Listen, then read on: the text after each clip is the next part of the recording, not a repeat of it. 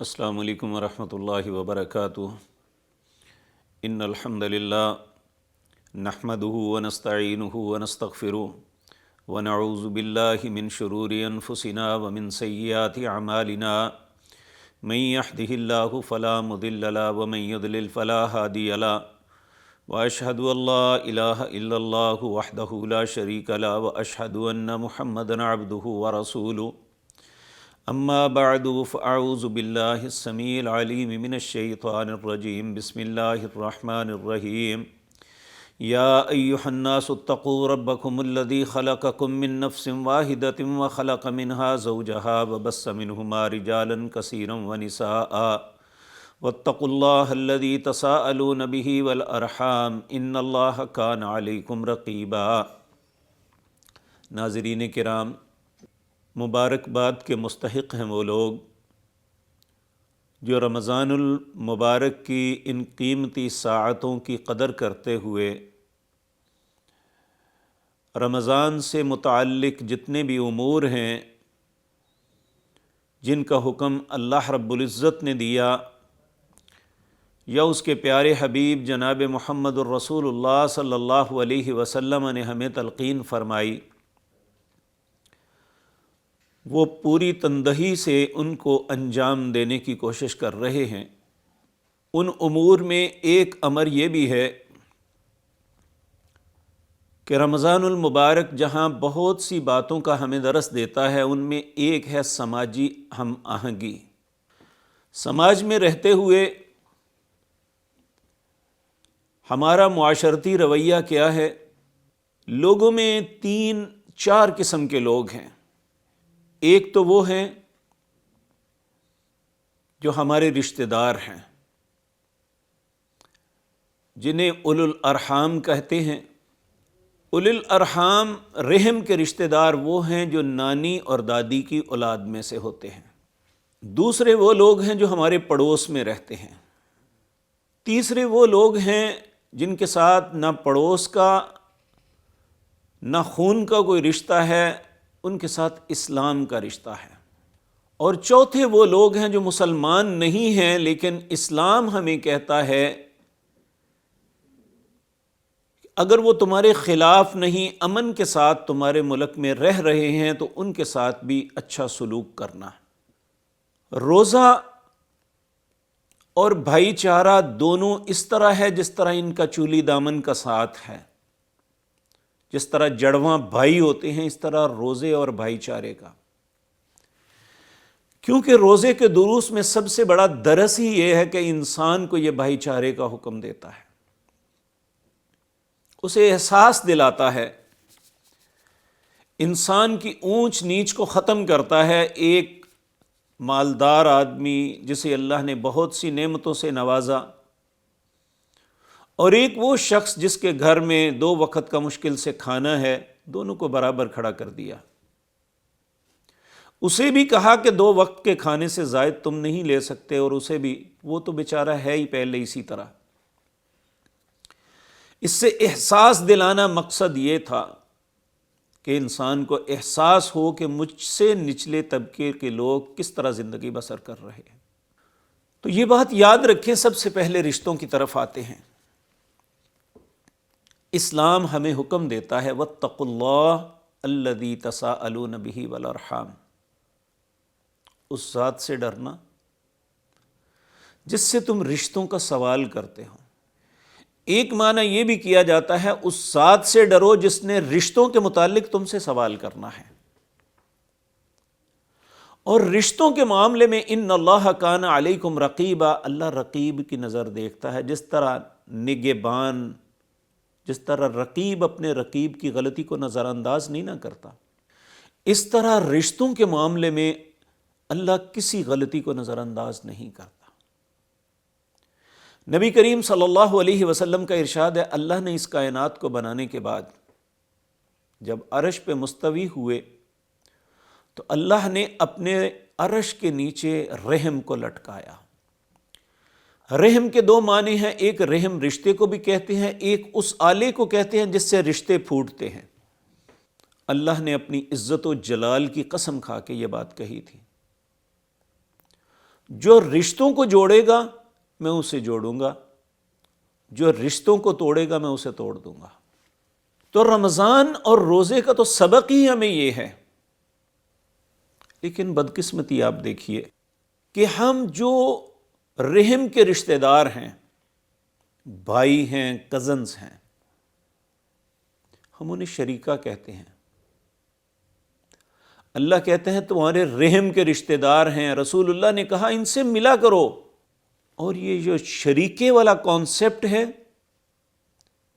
یہ سکھ قوم نے دیا ہے ہمیں، اسلام نے یہ کانسیپٹ نہیں دیا ہمیں۔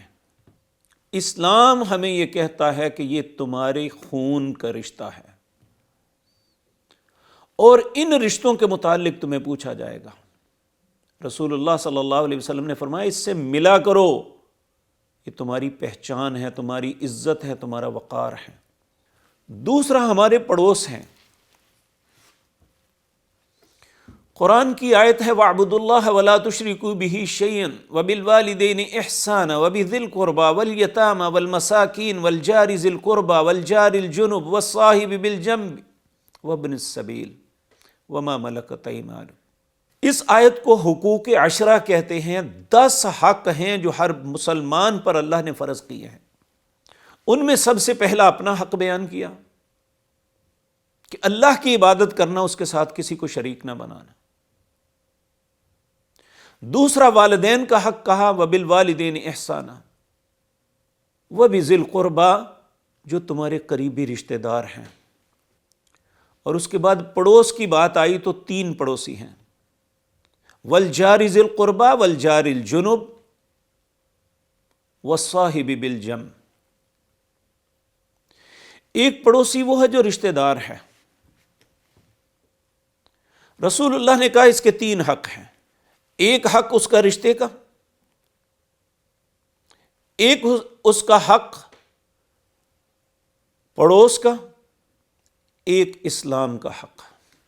اس لیے رسول اللہ صلی اللہ علیہ وسلم نے کہا من کان یؤمن باللہ والیوم الآخر، جو اللہ اور آخرت پہ ایمان رکھتا ہے اپنے پڑوسی کا حق ادا کرے، اپنے پڑوسی کی عزت کرے۔ اگر وہ پڑوسی رشتہ دار نہیں ہے، مسلمان ہے، تو اس کے 2 حق ہیں۔ پہلا حق پڑوسی کا، دوسرا حق مسلمانی کا۔ اور اسلام تو اتنا پیارا اور خوبصورت مذہب ہے، اگر پڑوسی غیر مسلمان بھی ہے تو کہا اس کا بھی ایک حق ہے۔ کہا نہ وہ رشتہ دار ہیں، نہ وہ مسلمان ہے، وہ غیر مسلمان ہی صحیح لیکن پڑوسی تو ہے، پڑوس کا حق ادا کرو۔ تو اسلام بھائی چارے کا حکم دیتا ہے۔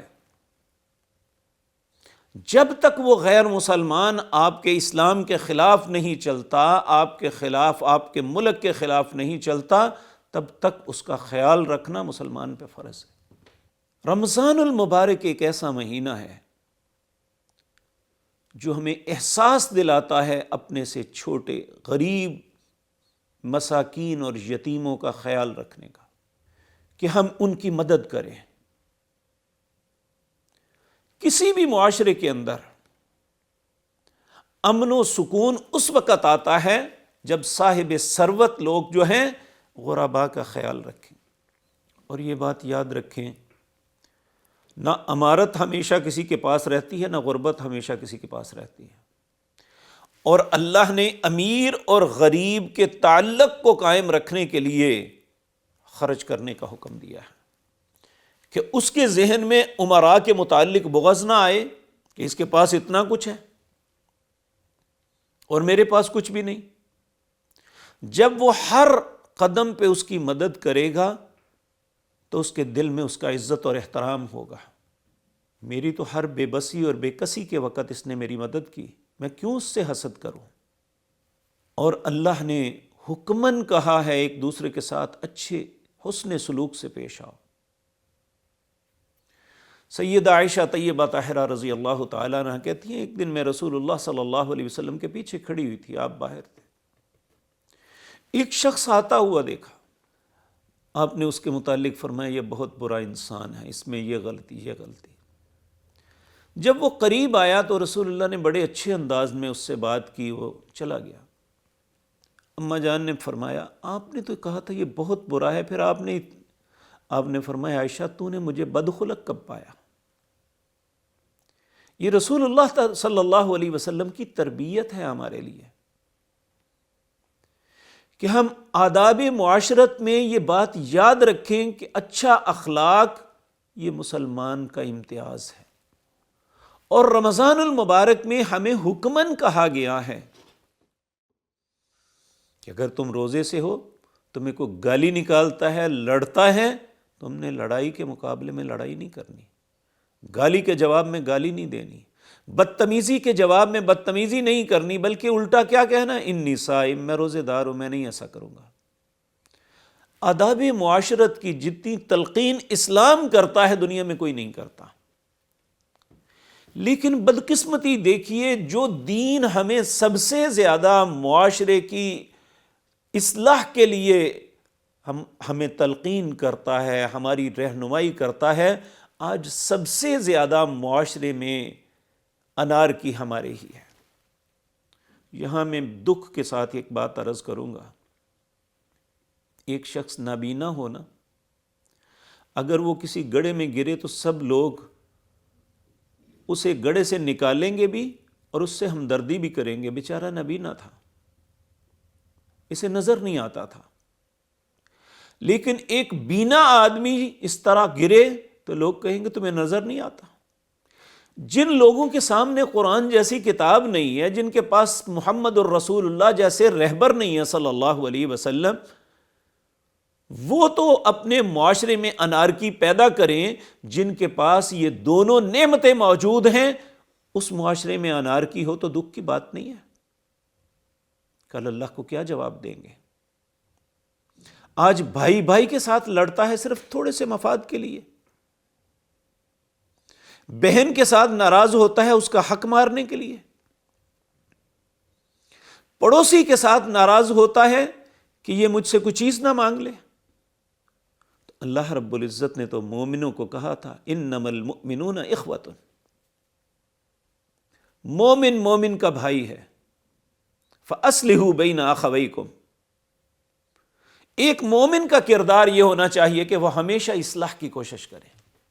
نبی کریم صلی اللہ علیہ وسلم نے ارشاد فرمایا، حضرت نعمان بن بشیر اس حدیث کے راوی ہیں، آپ نے فرمایا مثل المؤمنین فی توادہم وتراحمہم وتعاطفہم، مومن ایک دوسرے سے محبت، ایک دوسرے کے ساتھ رحم دلی، ایک دوسرے سے التفات اور تعاون کی مثال ایک جسم کی طرح ہے کہ جس طرح ایک عضو کو تکلیف ہوتی ہے نا، یعنی یہ ایک جسم ہے، خدا نخواستہ اس انگلی کو زخم آ گیا یا پھنسی ہو گئی یا کوئی چیز لگ گئی، تو اب یہ جسم کا ایک حصہ ہے، تکلیف اسے ہے، لیکن اس کی تکلیف پورا جسم محسوس کرتا ہے، بلکہ بعض اوقات اس تکلیف کی وجہ سے پورا جسم بخار میں رات جاگ کے گزارتا ہے۔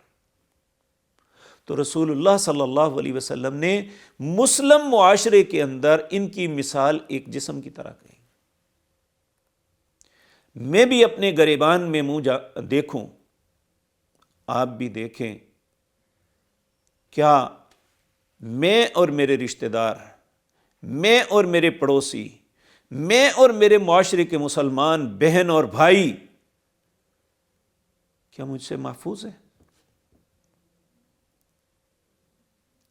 جبکہ رسول اللہ صلی اللہ علیہ وسلم نے ارشاد فرمایا لا تحاسدوا ولا تباغضوا ولا تدابروا کونوا عباد اللہ اخوانا۔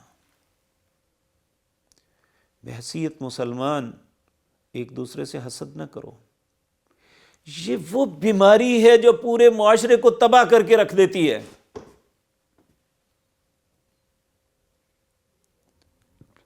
ایک حدیث میں فرمایا ولا تجسسوا ولا تحسسوا، ہر وقت دوسرے کی جاسوسی نہ کرو، سونگتے نہ پھرو، لا تحاسدوا، رسول اللہ نے فرمایا میری امت کے اندر یہود کی بیماریوں میں جو بیماری آئے گی وہ حسد کرنا ہے۔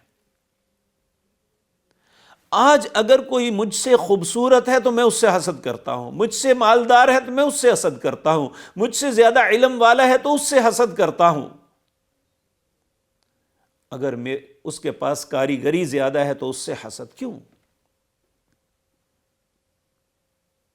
اگر رمضان نے ہمارے کردار میں اثر انداز نہ ہوا، ہمیں فرق نہ ڈالا، ہم نے اپنے معاشرے میں اس بیماری کو نہ چھوڑا، تو ہمارے روزے اور رات کے قیام کا کوئی فائدہ نہیں۔ لا تحاسدوا۔ دوسرا ولا تباغضوا، بغض نہ رکھو۔ ایک دن نبی کریم صلی اللہ علیہ وسلم اپنے ساتھیوں میں تشریف فرما تھے۔ آپ نے فرمایا ابھی ایک شخص آئے گا جو جنتی ہے۔ تو ایک شخص آئے، حضرت عبداللہ بن عمر یا حضرت عبداللہ بن عباس کا واقعہ، حضرت عبداللہ بن عمر کا ہے۔ کہتے ہیں دوسرا دن پھر ہوا، آپ نے فرمایا ابھی ایک شخص آئے گا جو جنتی ہے۔ تیسرے دن پھر آپ نے اسی طرح کہا تو وہی شخص آیا، وہی شخص تیسرے دن بھی آیا۔ حضرت عبداللہ بن عباس اٹھے تو اس کے پیچھے چل پڑے، کہنے لگے میرے گھر والوں سے میری لڑائی ہو گئی ہے، چچا جان اگر آپ 2-3 دن مجھے اپنے پاس رکھ لیں تو آپ کی مہربانی ہے۔ اس نے کہا بیٹے کوئی بات نہیں، آ جاؤ۔ وہ بغور 2-3 دن ان کے اعمال کا جائزہ لیتے رہے۔ جب 3 دن گزرے تو جانے سے پہلے کہنے لگے چچا جان میرے کوئی والدین ناراضگی نہیں تھی، لیکن 3 دن رسول اللہ نے فرمایا ابھی ایک شخص آ رہا ہے جو جنتی ہے، آپ ہی 3 دن آئے ہیں، لیکن میں آپ کے اعمال کو دیکھنے کے لیے یہاں آیا ہوں کہ دیکھوں آپ کون سا ایسا عمل کرتے ہیں۔ تو لیکن مجھے کوئی ایسی بات نہیں نظر آئی کہ جو مسلمان عام کرتے ہیں وہی آپ کر رہے ہیں۔ مجھے پتہ نہیں چلا کہ رسول اللہ نے کیوں کہا۔ کہنے لگے بیٹے میں بتاتا ہوں، میرے دل کے اندر کسی مسلمان کے متعلق بغض نہیں ہے، اور یہی سبب ہے کہ رسول اللہ نے 3 دن مسلسل اس بندے کو جنت کی بشارت دی۔ آج میں اور آپ بھی یہ دیکھیں کہ ہم کہاں کھڑے ہیں۔ رسول اللہ کا حکم ہے لا تباغضوا، بغض نہ کرو ایک دوسرے کے خلاف۔ ہمارے دل میں غصہ ہی نہیں ختم ہوتا کسی کے۔ اگر کوئی کاروباری رقیب ہے تو اس کے متعلق، اگر خاندان میں کوئی ایسا ہے تو اس کے متعلق، حتیٰ کہ ہم یہاں تک کہتے ہیں جی میں مر جاؤں گا تو میری شکل بھی نہ دیکھنا، میرا جنازہ بھی نہ پڑھنا۔ کیوں؟ اسلام تو ایسی بات کا حکم نہیں دیتا، اسلام تو قطع تلقی کی اجازت نہیں دیتا۔ اور رسول اللہ صلی اللہ علیہ وسلم نے تیسرا یہ فرمایا ولا تدابروا، ایک دوسرے کے خلاف تدبیریں نہ کرتے رہا کرو، بلکہ پڑوس کے متعلق تو رسول اللہ نے فرمایا اگر اچھا سالن پکاؤ تو اس میں تھوڑا سا پانی زیادہ ڈال لو تاکہ تمہارے پڑوسی کے کام آ جائے۔ تو روزہ ہمیں اس بات کا حکم دے رہا ہے کہ آداب معاشرت کے اندر بھائی چارہ سب سے اہم چیز ہے، وہ تمہارے رشتہ دار ہوں، تمہارے پڑوسی ہوں، یا تمہارے مسلمان بھائی ہوں، یا تمہارے خطے میں رہنے والے غیر مسلمان ہوں، اسلام ہمیں ان کے ساتھ اچھے سلوک کا حکم دیتا ہے۔ اللہ رب العزت سے دعا ہے کہ اپنے نبی کے اس حکم کی تعمیل ہم سب کو کرنے کی توفیق عطا فرمائے۔ اقول قولی ھذا واستغفر اللہ۔